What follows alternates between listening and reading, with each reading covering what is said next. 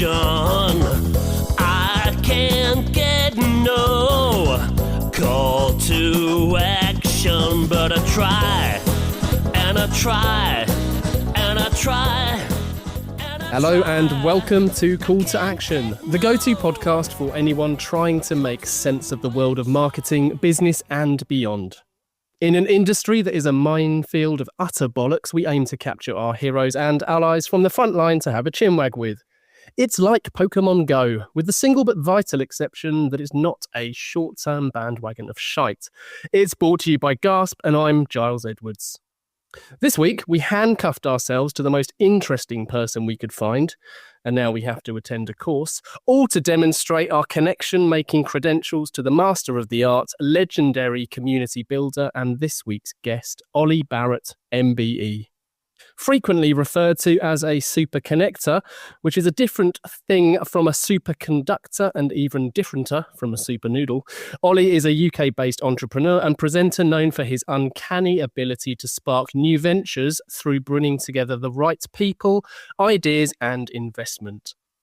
Over the years, he's breathed life into all sorts of social change campaigns and initiatives, including Tenor, the UK's largest schools entrepreneurship competition, and Turn On The Subtitles, a global literacy push encouraging subtitles on children's TV to improve reading skills.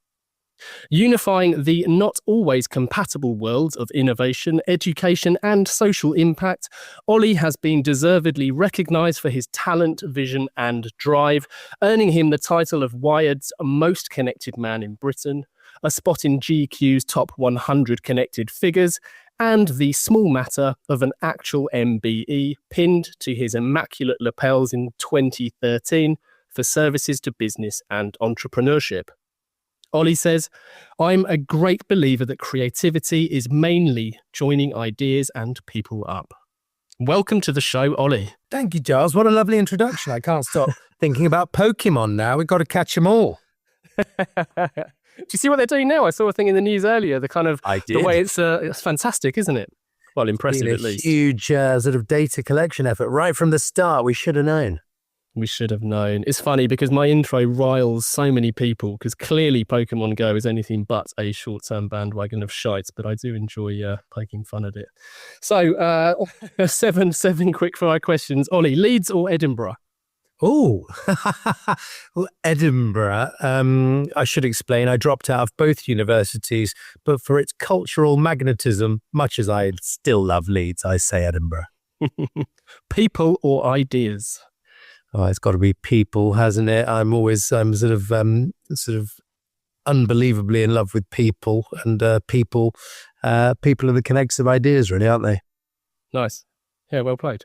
Right, a nod to school now. This will mean nothing to most people. Hawks or falcons? Neither. Kestrels, Giles. The bird of prey as an inveterate hoverer, I have to say that. Butlins or Disney World? Oh, wow. Now we're talking, aren't we? Got to be Disney World, only because of the lifelong friendships I met when I was working there. Nice. Including Mickey. Yeah, I'm taking the Mickey. Jeremy Paxman or Louis Theroux? We've got to be Louis Theroux. Much as I love and respect Jeremy Paxman, Louis' ability to wind up Demi McGee in all the right ways. Curiouser and curiouser. And I watched him on telly 2 nights ago. He's fresh in my head. Yes. Okay. Fantastic. Right.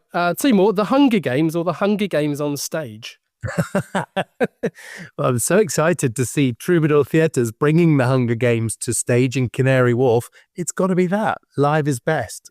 Fantastic. And then lastly, the BBC have described you as both. So which one are you? Uni dropout or successful entrepreneur? Oh, certainly uni dropout if I had to choose one. Slightly horrified my mother reading that particular headline. I think she'd been slightly pretending to some friends that I'd been to both Leeds and Edinburgh. So oh, wonderful. I was revealed, but I slightly saw dropout as a badge of honor back then, I suppose, if I'm honest. Yeah. Yeah, it's a funny term, right? Dropout. Because actually, for our listeners' sake, the context of that article was effectively to announce the fact you had been awarded an MBE. So I'm sure that balanced things up for Mummy Barrett. Well, and indeed, some of the rest of my family who had not been quite sure until that point, A, what I was doing, and B, if it had any merit whatsoever. I'm half joking. But there was at least somebody out there who recognized it. Fantastic. Well, Oli, so we always ask every guest about their path to where they are now and find that it's rarely a linear one. You've already alluded to your, do I say success? I think there's certainly success within the dropout tag at Leeds and Edinburgh. But can you talk a little bit about the early years and how it led to your kind of first jobs and what you regard to be your first proper job? Well, it was certainly linear. It's just the line in question was a massive zigzag. That was the only real problem. And this will be whistle stop, Giles, for your listeners' benefit, but did the A-levels, but then I found they did an international scheme at Disney World. So there you are, 6 months working at Epcot Center, plunged into this working environment with 11 different other nationalities, working together, living together. So what that gave me an injection of was the joy of working with people from all around the world, and Disney world class in looking after people. And in fact, it made me realize there's a lot about business which boils down to looking after people. So I sprung off the back of that. Off to Edinburgh I go. French and Spanish was the course I studied, and it quickly dawned on me sitting in that lecture theatre, I'm not going to last 4 years of this. I found it actually, I'm sure it was very good and renowned and credible. I found it quite dry. Can I say that? I thought, I'm not going to last the course here for 4 years. So I dropped out. And because I dropped out, to my parents' surprise, I was the first in the family to go to university, the first to drop out. I had a look around for what else I could do because no other course would let me on straight away. So I had another few months to kill. And at that point, I headed off to work for a kids' TV company, firstly in London and then in New York. And then I latched on to what became a much more successful course for me, which was a BBC-trained course in broadcasting. So there already I've worked in some bars and hotels. I've done a 6-month stint at Disney World, and I've headed into my second course. And to be perfectly honest, Giles, the second course is where I ended up starting my first business. So the world of what we might call formal employment never really came knocking. How long did you collectively last, if we can put it that way, in Edinburgh and Leeds? You sound like gladiators. I started my first business in my second year of Leeds Uni. Yeah. And by the time I did drop out again, we had recruited in 9 cities around the UK, 150 people to put on alternative careers events. So this was me and my business partner, my co-founder. By that time, I was juggling the course. I had an office in Leeds, an office in London, 150 brilliant students around the country running events. So it was a good 2 years. I like to think they kept the door open for me to come back. I just didn't manage to make it. Yeah. Well, funny enough, there was another line in that BBC article, which was dates back to 2013, which I highlighted, which defined your spells at Edinburgh and Leeds as unsuccessful. I feel like you could challenge the BBC on that word. Well, I think they've got a very good point, haven't they? Let's not forget, it was free at that point for me to go off to Edinburgh. And that makes a big difference. I've got quite mixed feelings about it though, Giles, because I was sharing with a colleague last week, I would probably go all over again and I'd probably drop out all over again, which I don't think makes much sense as advice. I think if we had longer, we could unpack, well, I think the whole thing of uni needs a big redesign, if I'm honest. Yeah, no, I don't disagree at all. I know I know you know Mark Lewis at SCA, and I think their model kind of makes a lot more sense. And I've heard him talk quite passionately about the university system needing a fix of sorts. I wonder, though, do you believe it was your time at Disney World, which presumably differed so much from what you would typically find with people starting university? Did that just open your eyes slightly more than most people, which is why you weren't prepared to sit in a lecture theatre for so long? I say you're not prepared to. I kind of put words in your mouth there that you were some rowdy oik, but there we go. Too late to take it back. Open my eyes in a way. I'd just say it activated me in the sense of, I don't mean as some sort of little mini Greta Thunberg with Disney ears. It just made me come alive, because what you're actually doing is, and I wasn't anywhere near, or certainly close to playing the characters, I was selling sherry trifles on a cart in a make-believe United Kingdom pavilion, and down the road you had France and then Italy and then Japan and then China and so on. But what it meant was you were meeting members of the public every day from across the world, across different generations, who were there to have a really good time. And it was that permission that they weren't frowning at you with their arms folded, going, who the heck are you? They were already up for having a nice conversation. So I think that gave me this extraordinary sheep dip, if you like, of socializing professionally. And then there was the other international layer. So met people from all around the world. And even on a UK level, meeting some of my future best mates from everywhere, from Torquay to Hull, and keeping in touch with them 30 years later. So it didn't just blow my mind. It just changed my life. Yeah. But presumably one of the things that university is famous for, and it's perhaps not celebrated enough when we're kind of too binary and we see it as a route to get a degree, is the networking period that you do get to enjoy post your previous education. Yeah, I'm also not convinced that uni does anything like what it could do to help you to meet your fellow students. It all seems to me, even now, to be left to chance. I think it could be, some people would hate this, but I think it could be far more structured. Really, what do the leading universities of today do to equip and enable their students to meet each other? I'm not sure. I'm very happy to be proved wrong on that. I just think, A, if it's a chance to meet each other, how can we structure it better? B, and by the way, uni is about much more than getting a good job, right? If you just focus on the getting a great job bit, how convinced are we that our leading employers are directly involved in the course design, like Mark Lewis at the SCA, of what students are experiencing? And again, I'm not quite sure they are embedded in the ways that they could be. No, I think there's certainly a mismatch. You only have to look at the success of, say, Mark Ritzen's mini MBA, which you might be familiar with. We've worked with Mark and the team there on the course itself, but we've recommended it to kind of clients and peers alike. And it's amazing how many clients who have done what they would kind of refer to as bunny ears, a proper MBA, who then come out and say, well, actually, that 12 weeks was far superior than the years I spent at University X. I tell you what saved me very briefly. I saw a little flyer for something called the SIS, not MI6, but the Student Industrial Society. And that was this offsite. It sounds terribly dull. It wasn't, because it was this offsite where you were put into teams. You were given an imaginary challenge. In our case, it was think of a bid for an imaginary Olympics at some date in the future. And all of a sudden, I was working in teams. I was being creative. We were writing everything from the theme tune to the marketing pitch. You were being coached by people from Barclays or Accenture or whatever. I thought, maybe all is not lost. Maybe I could be all right, because I absolutely loved that. And it was genuinely a bit of a lifeline at the time. Yeah. And you're being taught by people who are proper frontline, actually involved. Exactly that. And not sat on your backside in a lecture theatre gazing out the window. Yeah. You shouldn't do that, Oli. Well, it's a bit rude of me, isn't it? There are some amazing lectures and lecturers. And I'm sure I had some, but it just wasn't the right fit for me at that time, I'm afraid. That's the point. Yeah, and also, people learn in all sorts of manners of ways, right? And sometimes sitting in a lecture theatre and being taught to is not the most productive for some, and there's nothing wrong with that.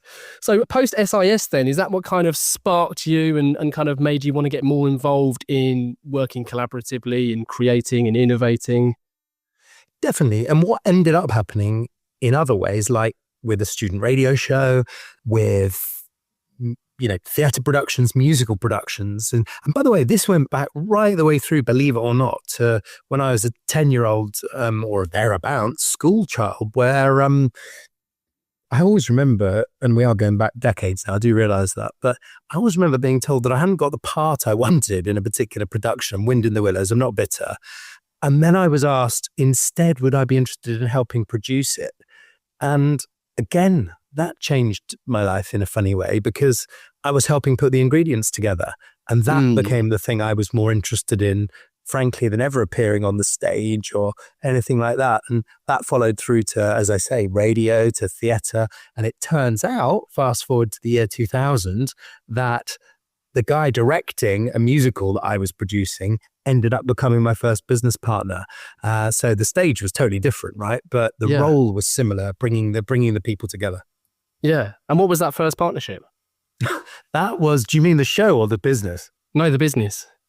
The business. It was called Amazing You, and it was, I wouldn't say a rebellion, but it was definitely an aversion to the careers fair, which to this day in too many places is only about very large companies and only about dressing up in grey suits and pretending to be adults.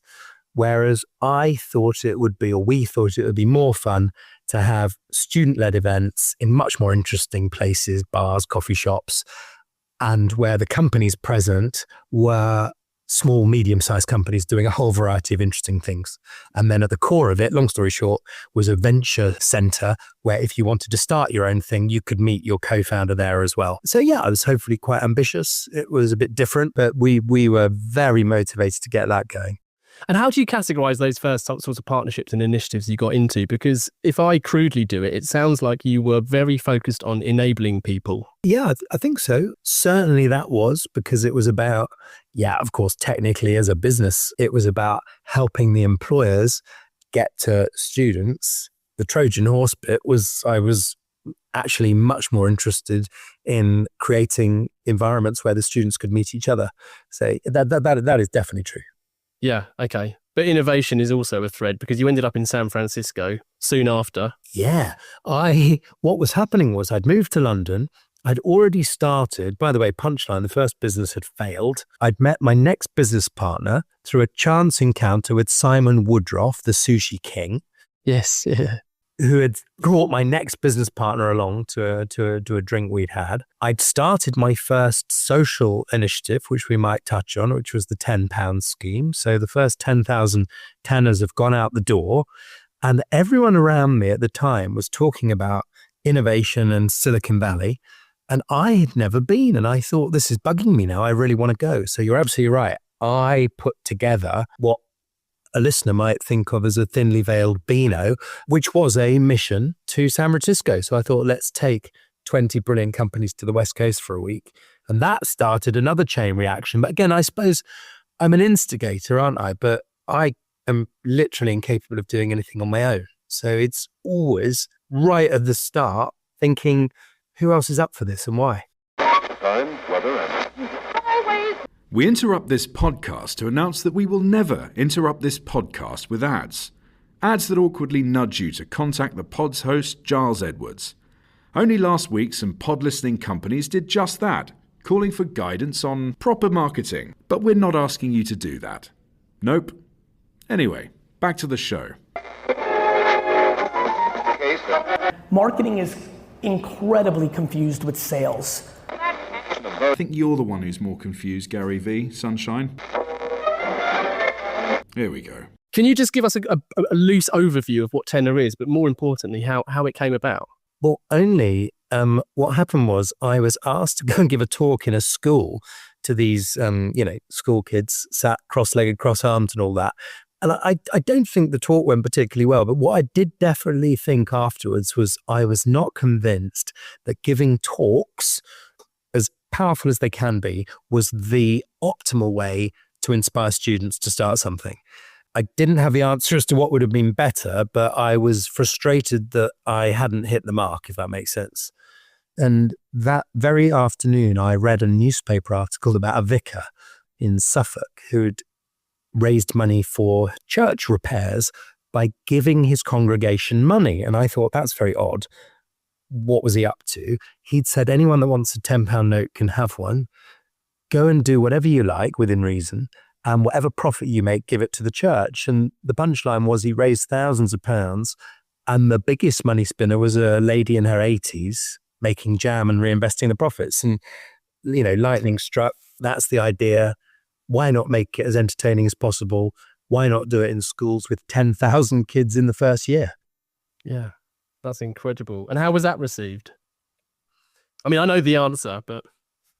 Well, I think with sort of shock in the sense that I think probably 9 out of 10 or maybe 10 out of 10 of the people I mentioned it to said, well, definitely don't do it with more than about 10 people in the first year. Somebody said, are you sure? Because I said, let's give them a month. 4 out of 5 said, I don't think that's long enough, et cetera, et cetera. But, I think sometimes, and your listener is much more into this and capable of this than I, but the trick is to make something remarkable so that it can cut through. So for me, 10,000 kids, 1 month, one challenge. And again, I didn't know the schools. I partnered with an amazing campaign. I worked with amazing individuals, Tom Savage, Scott Kane, who were already embedded in a campaign which knew lots of schools. So again, it's a bit like that stone soup fairy story. You know, if you've got the stone and the pot to cook in, lots of the other ingredients then start to present themselves. Yeah, fantastic. Well, Ten is in its 20th year now, I believe. That's right.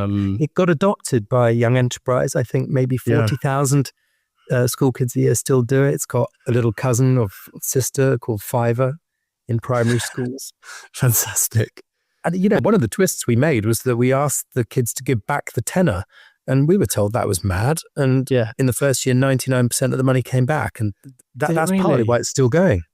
That's fantastic. Have you got, do you know, surely you have a few stories about what students got up to and what sorts of businesses started. Have you got any favourites that spring to mind? So someone came up to me last week at an event, literally an event in the city last week. And they said, this was a colleague working on an event that I was hosting. And they said, Oli, can I just say, thanks so much for starting Fiverr. And I thought, oh, that's nice. He's a parent or something like that. And he said, yeah, I did it. Bear in mind, this is the primary school version. So that made me feel obviously ancient.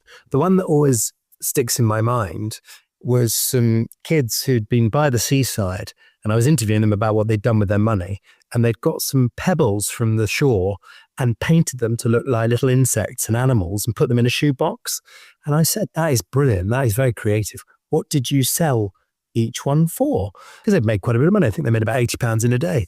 And they looked at me like I was mad. They said, well, we didn't sell them. We covered over the box and we charged 50p a look. Oh, wow. That's fantastic. And that is so good. And there they were with their service model, completely confounding all my expectations. And it just stopped me in my tracks. I was like, I've got so much to learn from you. 50p a look. Again, it's just that sheer variety. But on a serious note, I was always interested in the stories, but I was never that interested in, relatively speaking, I'm less interested in what they did and how much money they made. The secret, without sounding terribly pious, I was very interested in the idea that it might somehow change the way they felt about themselves. And that was really why we did it. I've heard you in a previous interview you gave make the point that education shouldn't feel like you're in the back seat. So I think anything like tenor, or even we had Alex Horn on last year and he talked about taking Taskmaster into schools. Anything that's more active and engaging just feels like such a wonderful, not just a break from the norm, but it kind of offers itself to an educational experience in a completely different way to how it would usually manifest in that environment. I think it's huge. I think the most worrying thought is that somebody thinks they're in the passenger seat of their own life. I used to have a recurring dream that I was careering downhill in the backseat of a car. And I think a lot of school, if we're not careful, makes you think like you're a passenger. And the trick is to make people think they can be in the driver's seat. I think it's completely essential. And I think the quickest way to do that is give them mini experiences without sounding patronizing, but small experiences and encounters which enable them to experience what it's like to have ideas and make them happen. I think it's completely, I can get terribly serious about this, but I do think it can be as playful as you like. If we're not baking that into every school, every workplace, then we're definitely off on the wrong foot. Yeah, I think that's a really important point. What did tenor change for you? Because presumably that gave you kind of, you must have taken so much from it. The satisfaction alone must have felt wonderful, albeit I imagine it was it didn't become what it is now overnight. But did that give you, did that make you feel like you were more in the driver's seat, so to speak, in terms of other things and initiatives you could get involved in? Definitely. I loved that. I wrote to the editor of Newsnight at the time, and they wrote back and made 3 films, which got us on Breakfast News and Newsround. And it really encouraged me, quotes, to think big, because we were making up those numbers as in the target number of 10,000 kids. And so if anything, I wish we'd aimed even bigger. It definitely proved to me that you don't have to have all the ingredients when you're starting something, and half the art is finding the right partners who have got the other bits of the jigsaw. It definitely proved that. I'll never forget standing in the Houses of Parliament. We're being hosted by one of the deputy speakers, and we'd invited some of the winners down. And one of them, I didn't even say it to me, I just overheard him saying it. We'd invited him down from not that far away. It was probably 2 hours away on the train. And he said, I never thought I'd see Big Ben with my own eyes. I found that really weirdly moving. I just thought, how can you give more people around the country not a glimpse of what it's like to come to London, quite the opposite, but just that sense of what's possible. So it did shift a lot, and no one asked me to do it. No one paid me to do it. So it also slightly gave me permission just to do stuff in that world. It didn't give me permission. It encouraged me to keep doing stuff. And final point, it definitely brought home, I know I've said you don't have to have all the pieces of the jigsaw, but finding amazing people to work with. I don't consider myself the founder of anything really. It's all about who can come on this adventure with me, and would there be something in them that would make it fun for them as well? Yeah, fantastic. You use the word permission there. Funny enough, when I scribbled down your points about education, feeling like you're in the passenger seat, or shouldn't feel like that, I should say, I wrote down, is it because we all wait for permission? Like there seems to be a moment where you're either losing time waiting for someone to tell you, oh, by the way, you can actually direct your life, your education. But permission seems to be a big one that holds people back. Yeah, I think that's right. And in lots of organizations, you will literally have, I'm a level this, and the levels might be numbered or lettered. So that idea that you can write to anyone, whether or not it's now the done thing, but you can call anyone up, you can say hi to anyone. It's often against how people think. And I've met so many bosses, if you call it that, leaders who, on the one hand, they say, my door is always open. And on the other, they quietly confide that they're always amazed how few people walk through it. That you could easily say maybe they're not making themselves as accessible enough as they should. But there's a really interesting block there. Yeah. In the quickfires at the start, you kind of unpacked why you chose people ahead of ideas. And I think it's quite clear now. You talk about people being such critical component parts, if that doesn't sound like I'm kind of dehumanizing them. You're obviously one of the most connected people in Britain. How do people go about creating those connections and networking? Because again, I've heard you talk about networking. The word itself has a slightly awkward reputation. But what is the trick to assembling the right people and component parts? Well, I think before that thought of assembling them, it sounds a bit like the Avengers, doesn't it? I think there are a few habits or techniques that can feel weird, and you just have to, or I would encourage anyone just to practice, and with a view to getting a little bit better at. And the first is just literally just saying hello to people. And that could be in the corridor, it could be outside an event, it could be inside an event. What we tend to do is hang around the people we already know. So I think if you can get better at that, or use that phrase, do you mind if I just say hi? The flip side of that is most people don't tend to be very good at keeping in touch. So I think that we have to get better if we want to have a great network. We just, it's so easy to lose touch. And I don't consider still being connected on LinkedIn really keeping in touch. Keeping in touch is, there's a connection there, and they have an idea what you're up to, and vice versa. And what's the point of all this, Giles? I think better networks help us make stuff happen, and they also magnetize us for more interesting opportunities, not just in work, but more generally in life. So for me, the key to putting great people together is being in touch with them in the first place. The thing that supercharged it for me was becoming a host of my own little gatherings, and some of them became bigger gatherings. And a twist I put on that quite early on actually was I'd encourage guests to bring someone that was totally different to them, either generationally or from a totally different industry. So I'll host a breakfast tomorrow morning, and I know that a large number of the guests have come because they are trusted but very different to the people I've already invited. That's genius. I remember Rich Huntington talking about advising strategists if they're about to go on a long train journey to buy a magazine that they would never normally buy, which has a kind of pattern-breaking, I suppose, objective to it too. Well, it could get you in trouble, couldn't it? I also think that draws the eye sometimes of your fellow passenger. A friend of mine, Natalie Campbell, carried around a yellow notebook for years because it would get her more comments. I think having something remarkable on or about your person that sparks conversation. I mean, that might sound a bit gimmicky, but I think all these things matter. Yeah, no, absolutely. Absolutely. If we look across other things you've helped start, so I do want to talk about Turn On The Subtitles. They presumably, many if not most, start as relatively simple ideas that then grow. And I know we've talked about people and they grow via people, but what have you learned about persuading people to join these ideas early on? It feels so fragile and uncertain, or can do in its early days. And in the context of the industry and the agency that I run, I think you learn quite quickly that having ideas isn't necessarily the hard bit. It's getting them made and getting them sold. And that's something that you can really underestimate early in your career.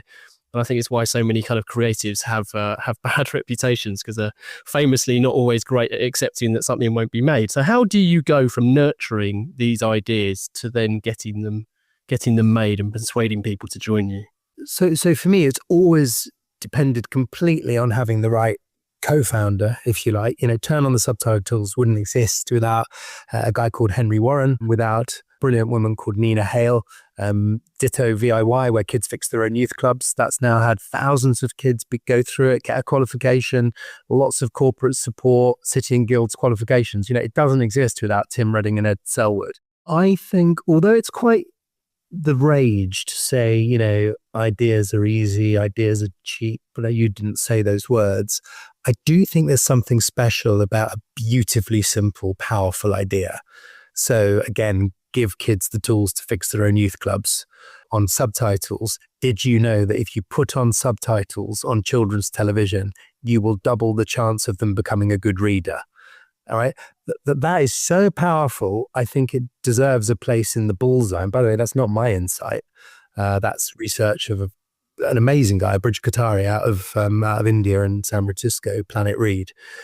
To me, that had bullseye qualities about it that just said, this is beautifully simple. It's hugely scalable. How do we make it work? And when you're looking for co-founders, you're looking for people that believe in the potential and the simplicity, the beauty and the simplicity of the idea.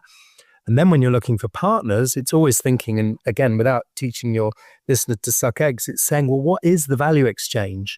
And if the value exchange is lopsided, then this is only going to last for a very short time. Whereas, I knew that we thought that by asking Wix, the DIY chain, to give the kit and materials, it had to work for them in other ways. It had to be an excuse for them to talk to their trade customers, who in turn would get more business out of doing these volunteering shifts and so on. It had to stack up for the school's partners for Turn On The Subtitles. So sort of calculating that initially on the back of an envelope that then gives it that longevity. And then if anything else, I think recognizing early on that you haven't necessarily got time to convince a lot of people. So you are often looking in those early stages for people, I'll use a cliche, people who just get it and love it. And I always remember, thanks to Mike Dixon, Shuna Kennedy, introducing us to a property firm, Annington, for Turn On The Subtitles. And I was a little bit cheeky. I said, this might not be the one for you. This is the curveball. This is the maverick pitch of the day, because you'd be funding us to make connections. And 20 minutes later, we got the text saying, we're backing you. Amazing. And what does that mean, they're backing you, just in terms of resource? Say that. I mean, as it happened for me, it was always going to be a pro bono thing. We did need money to pay for a great team to grip it. As it turned out, they also brought some brilliant insights. They'd supported literacy schemes before. They introduced other partners to us as well, but it meant cash. And over the course of time, it meant cash over 3 years, which was a game changer. They did also accept, A, the power of the connector getting us in the room, but B, saying this might not be for you, this is a bit different, rather than trying to please everyone.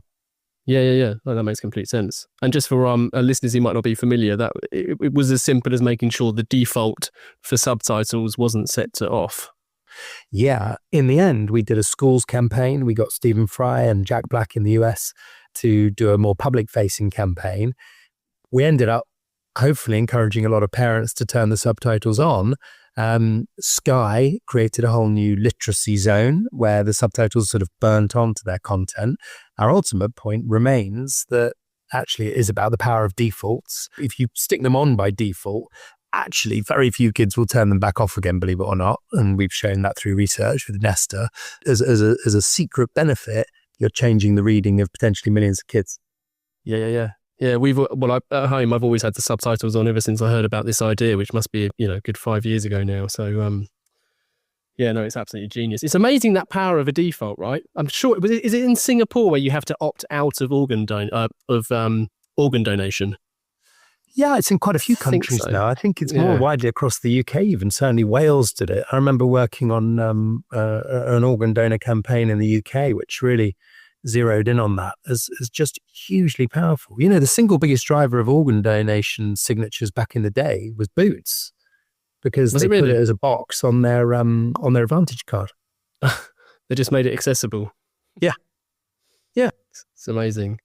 I'm sure it was, it's reminded me of, I'm sure it was probably a story Rory Sutherland shared in the past, but there was a restaurant in France which was struggling to get its patrons to turn their phones off. And after having a sign, an unsuccessful sign asking people to do just that on the way in, they changed it to read something along the lines of, please remember to turn your phone back on when you leave.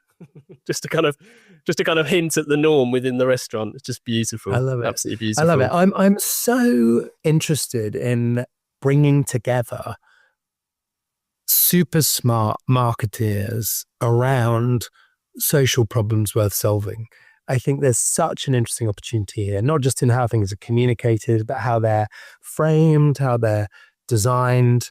I think there's such an appetite there, certainly that I see on the social innovators, social enterprise side for those connections. I just really, any advice you've got on that, Giles, I think something that we're crying out for. No, I totally agree. In fact, one of the kind of core reasons why we started Gasp is because we collectively were frustrated that the creative minds only got involved when a brief was written, and I felt like so much diagnosis has already happened by that stage. Not to say it was incorrect diagnosis, but I think there's just opportunities missed. Well, there's an amazing campaign at the moment born out of a charity called F4S, called Maths for Girls, which zooms in on this idea that about drop-off in girls studying maths. Now, I don't have any of the answers, but what is interesting to me is some of the numbers, and just to crowd in, and please let them forgive me, they might already be doing this, but to crowd in some of the marketing communications minds around how that could be even more effective as a campaign, I think is just such a lovely open goal. Yeah. Especially when so many girls do typically excel at maths in ways that boys don't. I think early on, again, I'm name dropping again here, but I remember Alex Horn talking about one of the observations he has when they do set these tasks within schools.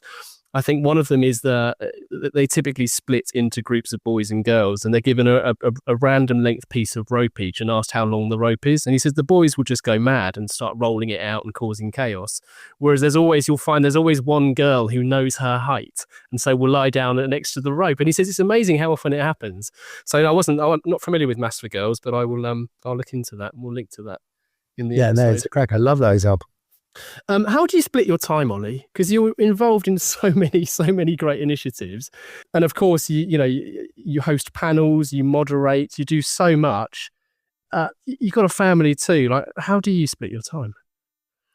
Well, depending on the week, not very well. And of course, the catch-all is it depends.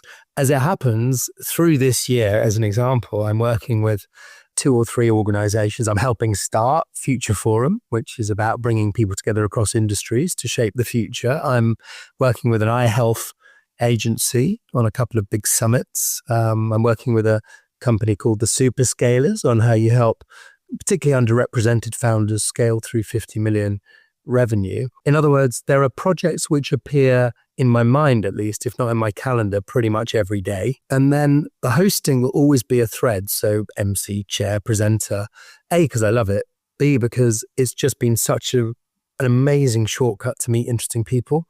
And that could be a health event, a future of energy event. What I have to then do is factor in time for recovery and recharging between some of those things. So I'd say the majority of the events I hosted last year were outside the UK, in the US, across the Middle East, further afield. And then I spend, a healthy chunk, probably a quarter of my time working from home. And a big part of that is reading, thinking, recovering, if that makes sense. Yeah, total sense. Yeah, makes complete sense. I'm slightly mindful of time, Ollie, so I'm going to go to our listener questions. So asking the general public for their opinion, be it on Brexit or boat names, is notoriously fraught with danger. I'm going to try and squeeze two in, Ollie. Starting with Theo. Theo asks, what makes a really good introduction between two people? Brilliant question, Theo. The big thought, if I can say that, is this an introduction where one of the parties would like something from the other, which is fine. And there you're drawing on the generosity of one. And or is it something where you really feel both will benefit? That's a dream. I'm not saying you don't get something out of giving something to someone else. In totally practical terms, what I've learned the hard way is you need to explain really clearly how you know each person, because otherwise you'll introduce a lifelong trusted colleague to someone you met last night, which can be hazardous. And my other tip I learned too late is it's okay to just get out the way, encourage them to cross paths and step back. So not to get bogged down in the deal. A lot of people might say, well, hang on, how am I going to get something from this? And I would definitely encourage someone listening to, as much of the time as possible, to let that thought go. I've been lucky enough to introduce people to their future business partners, their future husbands, their future wives, their future clients. The way introducing people impacts their goodwill towards you has come back tenfold in their generosity in future. And so I just think more people should think about the power of introductions more often, to be honest. I think a lot of introductions, my own included, are quite literal. You know, A is looking for B, let me introduce you to B. I think the ones that can be game changers are where they weren't even necessarily specifically asking for each other, but you've spotted a rhyme in some way, which might sound terribly vague, and you've just got a sense that they can benefit each other.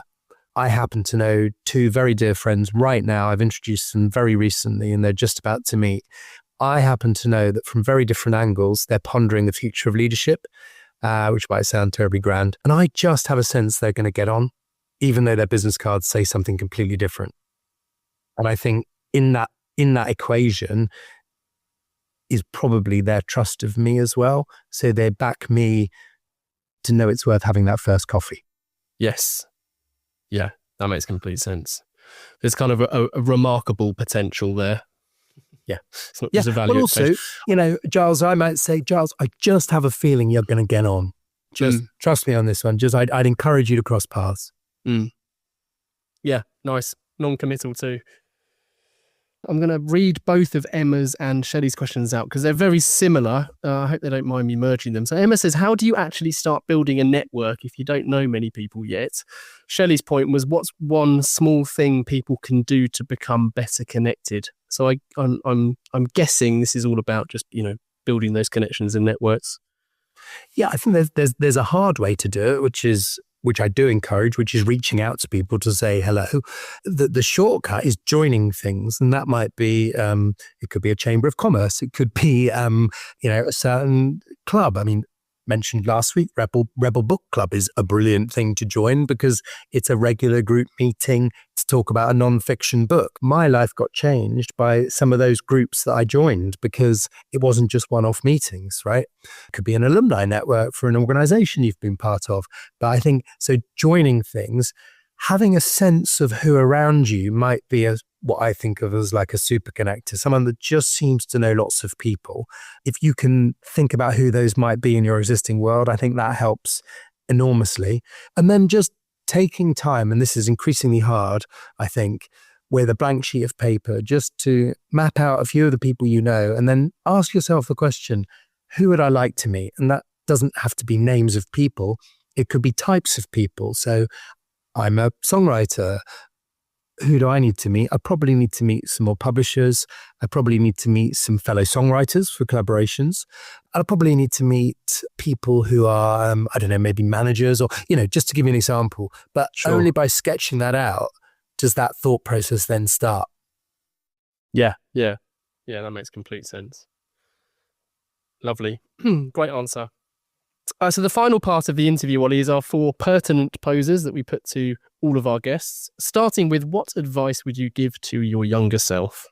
Gosh, apart from save more, look after your back, spend more quality time with your grandparents, I think I did only get into the knack of keeping in touch a bit late on. So I think, practicing that as an exercise, if you like, I wish I'd done that sooner. If I think of the amazing people I met through my first business, but then lost touch with, partly through the shame of losing the business, if I'm honest. I was embarrassed to go back to them and explain what had happened. I also think there was a chapter in my career where I was so keen to keep pushing forward that I wasn't always being as helpful as I could have been to the people in the rooms behind me, if you like. I probably should have started that as a habit. Somebody said last week about, certain technology being, fueled by, I think they said data or whatever it was. But humans are fueled by sleep. And I think there's a lot to that. Everything I've helped to start is a direct result of the amount of sleep I've had when I think about it. Without sounding terribly morbid, Giles, I would say to my former self, design things which survive and strengthen. Assume no one remembers your name personally, which would be fine by me. Assume that they survive and strengthen, or have to survive and strengthen, if you go under a bus. Okay. Yes. Because it's very easy to say, well, hang on, I'm going down this presenting line, or I'm being very central to the growth of this initiative. I know this is not the pithy answer we're going for, but if I had my time again, I would have helped to create more places and ways for people to connect with each other that were non-reliant on any individual. Yeah. Okay, that makes sense. Nice. We didn't struggle for answers there in the end. No, number two, if you could banish one thing from your industry, what would it be and why? Is there anything in the world of entrepreneurship? And I must say, I've just watched Louis Theroux too last night, and I'm not sure if I don't want to lead the witness here. Is there anything in that world you'd like to banish? You mean Louis and the manosphere, do you? Yeah, I do, yeah. I mean, and I know that's not your world. I'm not even for 1 second meaning to suggest it is, but I'm sure a lot of them would describe themselves as entrepreneurs. Yes. What are we banishing? I mean, I've got two answers. One is a little provocative and maybe more playful. The first slightly dull one is we have an obsession in a lot of the conversations I spend time with in ringing a massive bell and celebrating investment rounds, which is very important. However, I'd like people to celebrate real transactions with real partners and customers more often. And I think we can get very, very into the former. But again, clearly raising money has a place. If I can ban anything, and I know this is going to sound deeply ironic and hypocritical at the end of an episode like this, I would ban people talking about themselves. I think it's far more interesting to talk about other people. And I think people always assume that the answer to the question they're being asked has to be about them. And I just don't think it's true. So, I mean, clearly it's helpful to be introspective, and it's very generous of you to ask lovely questions. I just think we need to look out there a bit more. And it's not about us. So that's what, only as an experimental game for a month, Giles, I would ban talking about yourself. And then we can be self-indulgent again. Promise. Okay, lovely. That's a good answer. And are there any books you would recommend to our listeners, Ollie? We've had so many come up in the 7 years we've been running this show, but do you care to add to the call to action library? Yeah, gosh, there are so many. I mean, are you a reader? Well, I assume you are a reader. Oh yeah. I mean, just a whole stack. I mean, the biggest thing on my bedside table is actually tends to be autobiographies and biographies of a range of individuals. If you can wade through it, it's not that accessible language-wise. I still think How to Win Friends and Influence People is the go-to by Dale Carnegie. I still think The Tipping Point by Malcolm Gladwell, if you want to understand the power of connectors in the world. And in terms of pure smorgasbord, a book by former newscaster Martin Lewis called Reflections on Success, only because it is taking a snapshot of probably 50 individuals from the sporting world, the business world, the world of science, and understanding or sharing what success meant to those people, which, surprise, surprise, isn't just about money. or even career success. So it's books about people, typically a variety of people, which give you a different perspective on how to carve out your path. That tends to be my sweet spot for a recommendation. Yeah, nice. Funny enough, that certainly hasn't come up before. How to Win Friends and Influence People and The Tipping Point have, quite rightly. Can I push you for a favourite biography as well? I mean, purely for, I go back to autobiographies. Yeah. Purely for a thrilling read, I actually thought Bob Iger's Disney book, going back to where my career started, Ride of a Lifetime. Have you read that one, Giles? No, I've not. No. Yeah, Ride of a Lifetime by the former chief executive of Walt Disney is a fantastic read. Purely for merriment, I think Giles, spelt with a Y, Giles Brandreth's political memoirs, only in terms of putting me off going into formal politics, but also because he's so mischievous in terms of just books that will make you think and make you laugh. Yeah. What's your top book tip recently? Amazing. I must just tell you, actually, I crossed it out, but because it was just a bit too surreal. But we actually did have a quick fire of your favourite Giles, which was Ashley Giles or Giles Brandreth. So there we go. Have you got a book tip for me, Giles? George Orwell's first book, Burmese Days. It's an absolute cracker. Oh, I love the sound of that. I'm going to go back to that. Yeah, it's lovely. And I would say, by the way, Giles, if I've helped start, let's say, 10 things, I'd say 9 of them have been started as a direct result, on the one hand, of reaching out to people saying, do you fancy a chat about this? But what was the source? And I'm ashamed to say it wasn't direct lived experience of the challenge I was trying to solve. However, it was 9 out of 10 times about reading about that problem in either print form, as in a newspaper, in a book, and really getting a sense of it and thinking, I had no idea this was happening. What can we do about it? Yeah. Well said. And number 4 then, and kind of lastly, Ollie, is we always ask all of our guests to dedicate their episode to someone. So would you dedicate this episode? Wow. And you must have had lots of answers to that question. Yeah, we get dedications of all shapes and sizes. Well, I'm going to say it because it is, we are recording this on the 16th of March, which is a Monday. And yesterday was Mother's Day. And that is the slightly flippant way of framing it. I don't think mums get enough credit. So I would definitely dedicate this to my mum. Why? Because she's a legend. B, she gave me a quotation by former US President Calvin Coolidge when I was a teenager. And the essence of the quotation was, nothing will take the place of persistence. Nice. And talent won't, and intellect won't, and so on. And for that and a billion other reasons, although my dad was always the higher profile one, shall we say, I have almost everything to say thanks to her for on that, and for a billion other reasons. So that's who it would be dedicated to. Oh, fantastic. It was what an easy for me, and very proud to dedicate this episode to her. That's a lovely quote, not least because you disappointed her by dropping out of Leeds in Edinburgh, but nothing would take the place of persistence. That's lovely. I like that a lot. So as a final call to action then, everyone listening, we've linked to all of the initiatives we have discussed, and no doubt a lot more. We'll link to the books, so How to Win Friends and Influence People, The Tipping Point, Reflections on Success, and Ride of a Lifetime, which I'm certainly going to check out. How else can our listeners get more Oli Barrett? Oh, well, that's very kind of you to ask. I'm helping to cook up a new venture, which is Future Forum, so futureforum.co.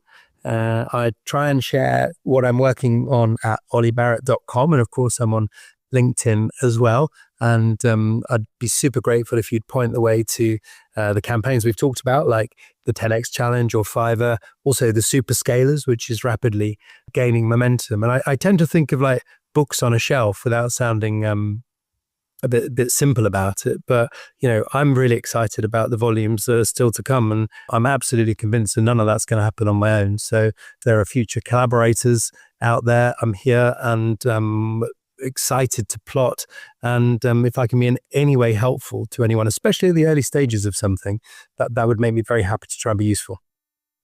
Amazing. Fantastic. Well, we'll link to Future Forum and everything else discussed. But Oli, listen, thank you so much for joining us. I know I said it pre-recording, but it's so nice to be connected again. It's been a pleasure and it's been a privilege. Thank you, Giles. Loved spending time together, and kudos to you on the podcast. And very happy to have had the conversation. And just saying hello and let's keep in touch to the person listening. Thank you. Finally, thank you to everyone listening. If you've enjoyed the episode, please do share and review the pod. Keep your questions and guest requests coming in. To get in touch, it's easy to find Gasp online or email the mouthful that is call to action at gasp.agency.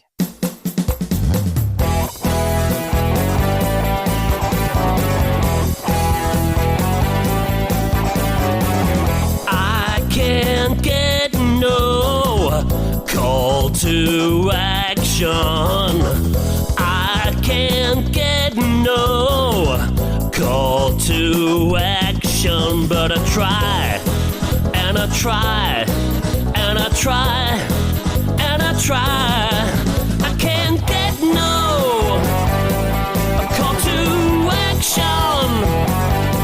Oh, I can't get no call to action.